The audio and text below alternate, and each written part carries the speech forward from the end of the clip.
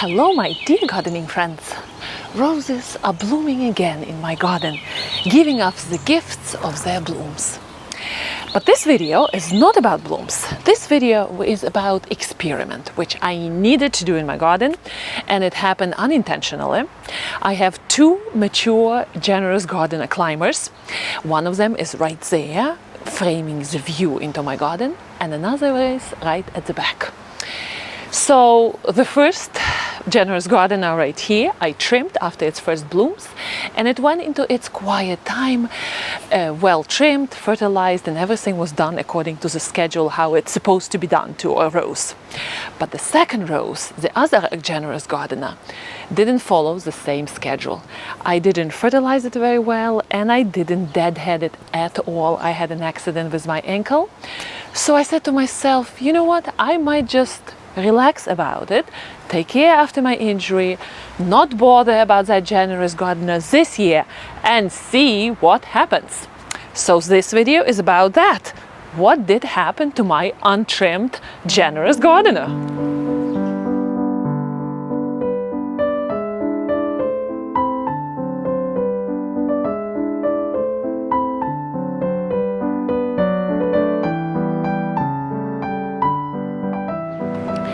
So this is a bloom of my generous gardener, which was well trimmed and well fed.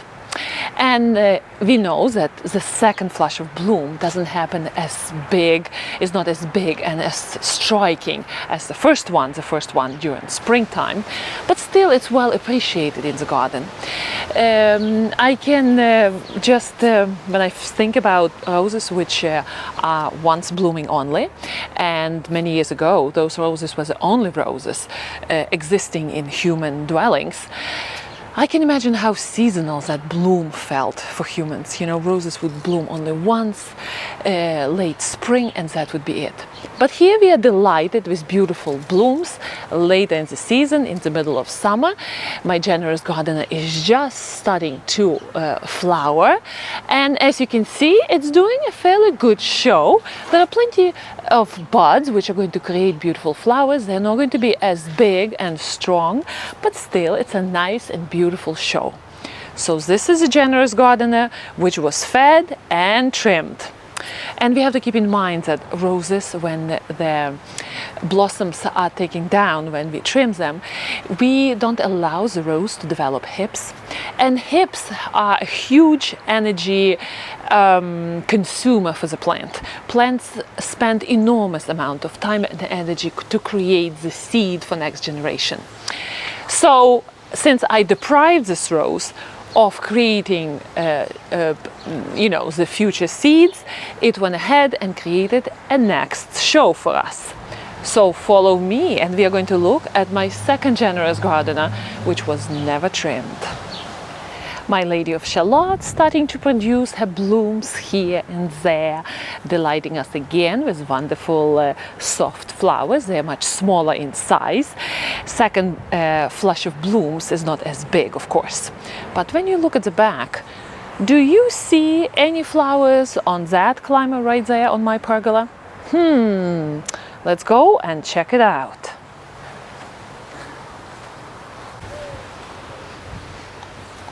Just look at this. This is my generous gardener number 2.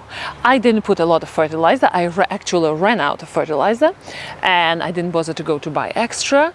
And by the way, my local nursery ran out of fertilizers for roses. So I said to myself, just forget about it. This rose will survive without second fertilization. And I didn't deadhead it. So I deadheaded only here, these branches here, but look at the top.